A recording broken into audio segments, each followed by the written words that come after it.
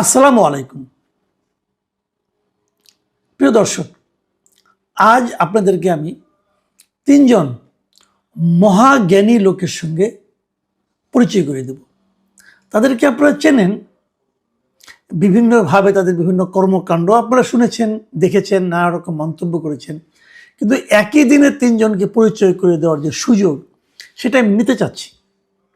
তার আগে আরেকটা কথা বলে নিই, সেটা হলো এই ডক্টর ইউনূস সরকার যখন দায়িত্ব নিলেন, মানে 2024 সালের 8ই অগাস্ট, ঠিক সেই দিন থেকেই আমি কিন্তু বলে আসছি যে উনি যাদেরকে নিয়ে ওনার ক্যাবিনেট গঠন করেছেন, এই লোকগুলো একটা দেশ পরিচালনার মতো যোগ্য নন। এদের দিয়ে দেশ পরিচালনা করা সম্ভব নয়। এরা সবাই আনাড়ি, অনভিজ্ঞ, বৃদ্ধ এবং একই সঙ্গে অযোগ্য। এটা একেবারে শুরুর দিন থেকে আমি বলে এসেছি, এবং এর সময় আমার অনেক বন্ধুবান্ধব, আমার অনেক প্রিয়জন, তারা আমাকে বলেছেন, ভাই কিছুটা দিন সময় দেন, এখনই সমালোচনা শুরু করলেন। আমি তাদেরকে বলেছিলাম, দেখেন এখন আর তখন বলে কথা নয়। যে লোকগুলিকে উনি নিয়েছেন, এই লোকগুলিকে তো আমরা চিনি, আমরা তো এই দেশে বাস করি। আমি তো 3 দশকের বেশি সময় ধরে সাংবাদিকতাই করি, এবং সাংবাদিকতা করতে যে এদের সঙ্গে তো আমার 2-1 বার দেখা সাক্ষাৎ হয়েছে। তাদের মেধা, দক্ষতা, প্রজ্ঞা, চিন্তা ভাবনা, এগুলোর পরিচয় তো আমরা কম বেশি পেয়েছি। কাজেই মন্তব্য আমি কেন করতে পারবো না? অনেকে আমার সঙ্গে তখন বাহাস করেছেন, অনেকে বিতর্ক করেছেন, অনেকে বিরোধ করেছেন। ধীরে ধীরে ধীরে ধীরে তাদের অনেককে বলতে শুনেছি, ভাই আপনার কথাই ঠিক, আসলেই তো তাই দেখছি। আমরা শেষ পর্যায়ে এসে কি দেখছি? আমি ওই শুরুতে যে বলেছিলাম 3জন মহাজ্ঞানী, আমি ওরকম আমাদের 3জন উপদেষ্টার তাহলে একটা মন্তব্য, ইলেকশনের পূর্ব মুহূর্তে, ইলেকশনের কিন্তু আর বেশি দিন বাকি নাই, সব মিলে 20 দিনের মতো আছে। আর এই 20 দিন আগে তারা কি বলছেন, এটা একটু আপনাদেরকে আমি বর্ণনা করতে চাই। প্রথমে বলতে চাই যে এই নির্বাচনের সময় আইন শৃঙ্খলা পরিস্থিতি কেমন থাকবে, এটা নিয়ে নানাজন নানা কথা বলছে। পুলিশের মনোবল ফেরানো গেল কি গেল না, কেন গেল না, ফেরানোর চেষ্টা করা হয়েছে কি হয়নি, কেন হয়নি, এগুলো নিয়ে আলোচনা হচ্ছে। কিন্তু যে আলোচনাটা সবচেয়ে বেশি মানুষের মধ্যে এখনো আতঙ্ক ছড়াচ্ছে, সেটা হলো 2024-এর জুলাই আগস্টে বিভিন্ন থানা যে লুট হয়েছিল, যে অস্ত্রগুলো লুট হয়ে গিয়েছিল, সেই অস্ত্রগুলো উদ্ধার করা যায়নি। বেশিরভাগ অস্ত্র উদ্ধার করা যায়নি। এর মধ্যে দুইবার স্বরাষ্ট্র মন্ত্রণালয়ের পক্ষ থেকে ডেভিল হান্ট অপারেশন চালানো হয়েছে, এবং ডেভিল হান্ট আসলে অস্ত্র উদ্ধারের জন্য চালনা করা হয়েছে বলে এই অভিযানের ফল দেখে মনে হয়নি। বরং ফল দেখে মনে হয়েছে তারা বেশি ব্যস্ত ছিল যে আওয়ামী লীগের নেতাকর্মীকে কত বেশি ধরে ধরে নিয়ে জেলে ঢুকানো যায়। অস্ত্র উদ্ধার হয়নি। এখন অস্ত্র উদ্ধার না হওয়া নিয়ে মানুষের মধ্যে একটা টেনশন থাকতেই পারে। সেই টেনশনের জবাব দিতে যে আমাদের স্বরাষ্ট্র বিষয়ক উপদেষ্টা লেফটেন্যান্ট জেনারেল জাহাঙ্গীর আলম চৌধুরী, উনি কি বলেছেন সে কথাটা ওটা আপনাদের সঙ্গে আমি শেয়ার করতে চাই। বরাবরের মতোই ভিডিও দেখানোর লোভ সামলাচ্ছি, এবং ওনার বক্তব্যটা হুবহু আমি নিজে লিখেছি, আমি আপনাদেরকে পড়ে শোনাচ্ছি। উনি কি বলেছেন? উনি বলেছেন, আমাদের অস্ত্রগুলো লুট হয়ে গেছে থানা থেকে। ওই অস্ত্র কিছু আছে যা এখনো উদ্ধার করা সম্ভব হয় নাই, বাট এই অস্ত্রগুলো ইলেকশনের সময় এরা ব্যবহার করতে পারবে না, এই প্রতিশ্রুতি আমি আপনাদেরকে দিতে পারি। মানে উনি প্রতিশ্রুতি দিচ্ছেন জনগণকে যে অস্ত্র যারা লুট করে নিয়ে গিয়েছে, তারা সেই অস্ত্রগুলো ইলেকশনের সময় ব্যবহার করতে পারবে না। এখন উনি এই প্রতিশ্রুতি দিচ্ছেন কিসের উপর নির্ভর করে? আমরা কিন্তু এই জাহাঙ্গীর আলম চৌধুরীর অনেক প্রতিশ্রুতি অনেকবার শুনেছি, এবং এটা নিয়ে মোটামুটি সবাই হাসাহাসি করেছে। প্রথম দিকে প্রতিশ্রুতি দেওয়ার পর ফলাফল দেখে হাসাহাসি করত, পরের দিকে উনি প্রতিশ্রুতি দেওয়ার সঙ্গে সঙ্গে লোকে হাসাহাসি করত, বুঝতো এর ফল কি হবে। এবারও হয়তো সেরকম কিছুটা হবে, হয়তো তারা ব্যবহার করতে পারবে না, হয়তো ব্যবহার করবে না, আমি জানি না কি হবে। কিন্তু উনি যে প্রতিশ্রুতি দিচ্ছেন তার ভিত্তিটা কি? এই লোকগুলোর সঙ্গে কি ওনার কোনো ফোনে আলাপ সালাপ হয়েছে? এই তোমরা কিন্তু এটা ব্যবহার করতে পারবা না। উনি কিভাবে জানেন অস্ত্র কার কাছে, কিভাবে কোথায় আছে? মানে এই হলো ওনার মেধা, প্রজ্ঞা এবং জ্ঞান। এই জন্য ওনাকে আমি জ্ঞানীর স্তরে স্তরে রাখিনি, উনি মহাজ্ঞানী আমার বিবেচনা এখন। আচ্ছা, আরেকজন মহাজ্ঞানী কথা বলি, উনি আসলেই জ্ঞানী। উনাকে যখন বাণিজ্য উপদেষ্টা হিসেবে নিয়োগ করা হয়, মানে মিস্টার শেখ বশিরউদ্দিন, আকিজ সাহেবের ছেলে।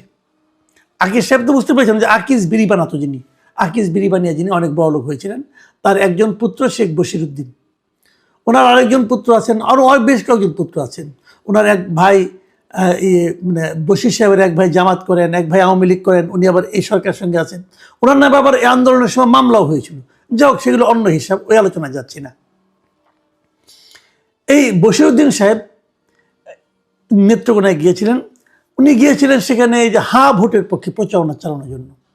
ওখানে যে উনি অনেক কথা বলেছেন, আগের সরকারের বদনাম, আগের সরকার কীভাবে অনেকগুলো ল্যান্ডপোর্ট বানিয়েছেন, সেই ল্যান্ডপোর্ট কোনোই কাজে লাগে না, কীভাবে সোনালী ব্যাগ বানাইছিল যা নাকি অ্যাবসলিউট বোগাস। এই আগের আমলকে হিরক রাজার দেশে উনি মানে তুলনা করেছেন, এটা নাকি ওনার প্রিয় মুভি, এগুলি সবই উনি বলেছেন। ঠিক আছে, এই সমস্ত সুইপিং কমেন্ট নিয়ে আমি আর তেমন কোনো মন্তব্য করতে চাই না। বাট উনি এক জায়গায় যে বলছেন যে মানুষ যখন বিনিয়োগ করবে দেখতে হবে যে সেটা যেন তার চেয়ে বেশি ফেরত আসে। উনি এই ব্যবসায়িক দৃষ্টিভঙ্গির কথা বলেছেন। এবং তারপর উনি যে মারাত্মক কথা বলেন, যে ম্যাজিক সেন্টেন্সগুলো ইউজ করেছেন, এটা আপনারা একটু শুনুন। শোনা দরকার আপনাদের, জানা দরকার যে কাদের কবলে আমরা আছি। উনি বলেছেন, আমরা যদি পদ্মা ব্রিজ না বানিয়ে ওই টাকা ইরিগেশনে ব্যয় করতাম, ইরিগেশন মানে সেচে ব্যয় করতাম, তাহলে চালের দাম 5 টাকা কমে যেত। আজকে আমার 20 টাকা চালের দাম বেড়ে গেছে বিকজ অফ পদ্মা ব্রিজের দায় পরিশোধ করতে যেয়ে। আমার লাভটা কি হয়েছে বুঝেন? মানে ওনার বক্তব্য হলো, উনি যদি পদ্মা ব্রিজটা না বানাইতেন, মানে ওখানে যে বিপুল অর্থ ব্যয় হয়েছে যদি না বানাতেন এবং না বানিয়ে ওই টাকাটা যদি উনি সেচ কাজে, কৃষকের সেচ কাজে ব্যবহার করতেন, তাহলে চালের দাম 5 টাকা করে কমতো। এবং এই ব্রিজের জন্য যে ঋণ, সেই ঋণ শোধ করতে যেয়ে ওনার চালের দাম 20 টাকা বেড়ে গেছে। কাজে এই ব্রিজটা বানিয়ে আমাদের কি লাভ হয়েছে? মানে এই ব্রিজটা বানানো ছিল একটা ব্যাড ইনভেস্টমেন্ট, ব্যাড প্রজেক্ট, এটা ঠিক হয়নি কাজটা। মানে এই লোকটা আসলে তো ব্যবসায়ী, ওনার বাবা ছিল বিড়ির ব্যবসায়ী, উনিও ব্যবসা করেন বিদেশ, উনি সিগারেটের ব্যবসা ওনার আছে, বিদেশ থেকে জিনিসপত্র আনেন, বেচেন, লাভ খুঁজেন, কয় টাকা দিয়ে কিনলেন, কয় টাকায় বেচলেন, এটা একটা ব্যবসা, অবশ্যই এটা একটা বাণিজ্য। এই যোগ্যতা দেখে ওনাকে বাণিজ্য উপদেষ্টা বানানো হয়েছে। ভাই, বাণিজ্য উপদেষ্টাই থাকেন, আপনি অন্যদিকে যাচ্ছেন কেন? যোগাযোগ ব্যবস্থা দিকে যাচ্ছেন কেন? আপনি তো যোগাযোগ উপদেষ্টা না। অথবা আপনি তো মানে অর্থ উপদেষ্টাও না, যে অর্থনৈতিক ক্ষয়ক্ষতি কি হয়েছে না হয়েছে আপনি বলে দিবেন। ম্যাক্রো ইকোনমিক্স কি বুঝেন আমি জানি না, আমি শুনেছি আপনি বিশাল জ্ঞানী, আপনি নাকি অনেক পড়াশোনা। একটা সরকারের কাজ কি বাণিজ্য করা? একটা সরকারের কাজ কি বাণিজ্য করা, দোকানদারি করা? যে কাজটা আপনি করেন ওইটা করা? সরকার কি মুনাফার জন্য কাজ করে? সরকার কাজ করে জনগণের সুবিধার জন্য। এই পদ্মা ব্রিজে প্রতিদিন কত লোক যাতায়াত করে আপনি জানেন? কোনো ধারণা আছে? মিনিমাম এই পদ্মা ব্রিজ দিয়ে 1 লক্ষ লোক দৈনিক যাতায়াত করে, এবং এই পদ্মা ব্রিজটা পার হতে তাদের মাত্র 10 মিনিট সময় লাগে। আগে এটা পার হতে তাদের মিনিমাম 2 থেকে 3 ঘন্টা সময় লাগতো। তো কত মানুষের কত কর্মঘণ্টা বেঁচে যায় আপনি জানেন, বুঝেন? আপনার যে বাণিজ্য, আপনার যে বাণিজ্যিক হিসাব, আপনার যে ব্যবসায়িক হিসাব, আপনার বাবার যে বিড়ির হিসাব, তার সঙ্গে মেলে? আপনি কিসের সঙ্গে কি মিলাচ্ছেন ভাই? আপনি এই ডায়লগ দিয়েছেন নেত্রকোনায়, যে দেন না বরিশালে, যে দেন না রাজবাড়িতে, যে দেন না ফরিদপুরে, দেন না। মব কাহাকে বলে দেখবেন তখন পাবলিক তো আপনাকে থাপড়াই বিদায় করবো অন্তিকার ভাই। যারা এর সুফল ভোগী তাদের সঙ্গে যে যান না, যে আলাপটা করেন, দেখেন ওই মানুষগুলো আপনাকে কি বলে। তারা চালের দাম যখন 5 টাকা বাড়ে তখন তারাই চাল 5 টাকা বেশি দিয়ে কিনে, এবং চালের দামের সঙ্গে একটা ব্রিজ তৈরির কি সম্পর্ক আছে এটা এখন পর্যন্ত আমি বুঝি না। আপনি তো কৃষিমন্ত্রী হন, আপনি কি বুঝাইতে পারবেন? আপনি বোঝাতে পারবেন যে একটা ব্রিজ তৈরির সঙ্গে, একটা অবকাঠামো তৈরির সঙ্গে, যোগাযোগ ব্যবস্থাকে আধুনিকায়ন করার সঙ্গে, যোগাযোগ ব্যবস্থাকে সাধারণ মানুষের জন্য স্মুথ করার জন্য এই ক্ষেত্রে এর সঙ্গে চালের মূল্য বৃদ্ধির কী সম্পর্ক আছে? বরঞ্চ আমি তো মনে করি এই ব্রিজটা হওয়ার কারণে পদ্মার ওপারে যারা চাল উৎপাদন করত তাদের চালটা আরো দ্রুত বেগে ঢাকা চলে আসে এবং সেই কৃষকরা বেটার মূল্য পায়, তার ইনভেস্টমেন্ট কমে যায়, তার পরিবহন খরচ কমে যায়। কি বুঝেন? মাইক পাইছেন আর যা ইচ্ছাতে বলে যাচ্ছেন, মানুষকে বোকা মনে করেন। আপনার এই কথা যত লোক শুনছে তারা সবাই জানে আপনি কত বড় একটা, মানে কি বলবো, আমি তার পাগল বলতে পারবো না, ছাগল বলতে পারবো না, আপনি কত বড় একটা মহাজ্ঞানী সবাই তো বুঝে গেছে রে ভাই। এবং আপনি দেখেন না সোশ্যাল মিডিয়ায় আপনার এই বক্তব্য নিয়ে কিভাবে ট্রল হচ্ছে। আমি শুনেছিলাম এই লোককে নাকি লেখাপড়া জানার লোক, এইটার লেখাপড়ার দৌড়। আজকাল অবশ্য আমি দেখি অনেক বড় লোকের বাচ্চা কাচ্চা দেখি বিভিন্ন জায়গায় অক্সফোর্ড অমুক জায়গা থেকে তমুক জায়গায় ক্যামব্রিজ থেকে পড়াশোনা করে আসে। কীভাবে যায় পড়াশোনা করে পাস টাস করে নিশ্চিত, তাহলে কীভাবে বলে এগুলি টাকার জোরে নাকি মেধার জোরে আমি জানি না, উনি কিসের জোরে আমি তাও জানি না। এ ধরনের ননসেন্স কথাবার্তা যারা বলতে পারে যে পদ্মা ব্রিজ হওয়ার কারণে চালের দাম বেড়ে, ভাই আপনি হাসিনাকে পছন্দ করেন না, হাসিনার সমালোচনা করার জন্য 20টা কারণ আছে। পদ্মা ব্রিজের সমালোচনা করতে চান বলতে পারেন যে এটা 20 টাকার কাজ 35 টাকা দিয়ে করছে, বলেন, আমার তো কোনো আপত্তি নাই রে ভাই। যারা চুরি করছে তাদের বিচারের আওতায় আনতে হবে, তাও আমার কোনো আপত্তি নাই। তাই হয়েছে আগের সরকার বড় বড় মেগা প্রজেক্ট করতে যে অনেক চুরি চামারি করেছে, তাদের মানে পরিচিত লোকজন, তাদের পিয়ারের লোকজন চুরি চামারি করেছে। চুরি চামারিগুলি ধরেন, 1.5 বছর তো হয়ে গেল, চুরি ধরেন না কেন? চুরি ধরে আলাপ করেন, বলেন এই চুরি করছে এই জন্য এর বিরুদ্ধে এই মামলা হবে, তা তো করেন নাই। মামলা করছেন হত্যা মামলা, সমস্ত মন্ত্রীদের বিরুদ্ধে হত্যা মামলা করে রাখছেন। এটা চুরি করেন না, এটা ধরেন না। যে পদ্মা ব্রিজে কত টাকা অপচয় হয়েছে এটা বের করেন, বের করেন। আদানির সঙ্গে চুক্তি করে কত টাকা অপচয় হয়েছে রাষ্ট্রের, বের করেন। আদানিকে টাকা তো সব জায়গায় আপনারা দিয়ে দিচ্ছেন এইসব গভর্নমেন্ট ক্ষমতা এসে। আদানির ওখানে এত টাকা চুক্তি করার ফলে কেউ না কেউ নাকি কমিশন পায়, বলা বলি হচ্ছিল। তো সেই কমিশন এখন কে পাচ্ছে আপনাদের? বলেন না কেন? এখন কালকে বলবেন যে মেট্রো রেল করার কারণে আপনার গ্যাসের দাম বেড়ে গেছে।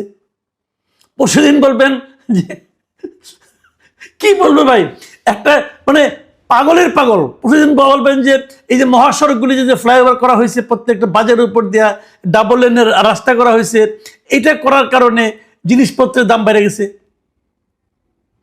ভাই এই সমস্ত লোকদের মন্ত্রিসভায় জায়গা হয়, এদের তো আরেকটা বিশেষ জায়গায় জায়গা হওয়া উচিত, পাবনায় জায়গা পাঠানো উচিত এদেরকে। অদ্ভুত অদ্ভুত। আচ্ছা আরেকজনের কথা বলি, এটা নিয়ে বেশি বলতে গেলে মাঝে মাঝে আবেগপ্রবণ হয়ে যায়, তো দরকার নাই। আরেকজনের কথা, এটা আসলে আপনারা একটু হাসির খোরাক এখানে পাবেন। উনি হচ্ছেন স্বাস্থ্য উপদেষ্টা নূরজাহান বেগম। মানে ওনার সম্পর্কে আমি আগেও বলেছিলাম বহুবার যে এই ভদ্রমহিলা কিভাবে স্বাস্থ্য উপদেষ্টা হলেন এটা আমি বুঝি নাই। কিন্তু উনি গ্রামীণ ব্যাংকে চাকরি করতেন, ঠিক আছে, ইউনুস সাহেবের খুবই ক্লোজ। ইউনুস সাহেবের বাড়ি, ওনার বাড়ি পাশাপাশি বাড়ি, আগের থেকে হয়তো পরিচয় ছিল, শৈশব থেকে অথবা কৈশোর থেকে অথবা যৌবন থেকে, আমি জানি না, হয়তো খুব ক্লোজ, এই জন্য ওনাকে একটা জায়গায় বসাইতে হবে, বসাই দিয়েছেন। এই স্বাস্থ্য উপদেষ্টা গিয়েছে হানা ভোটের প্রচার চালাতে। যে উনি কি বলেছেন শুনেন। উনি বলেছেন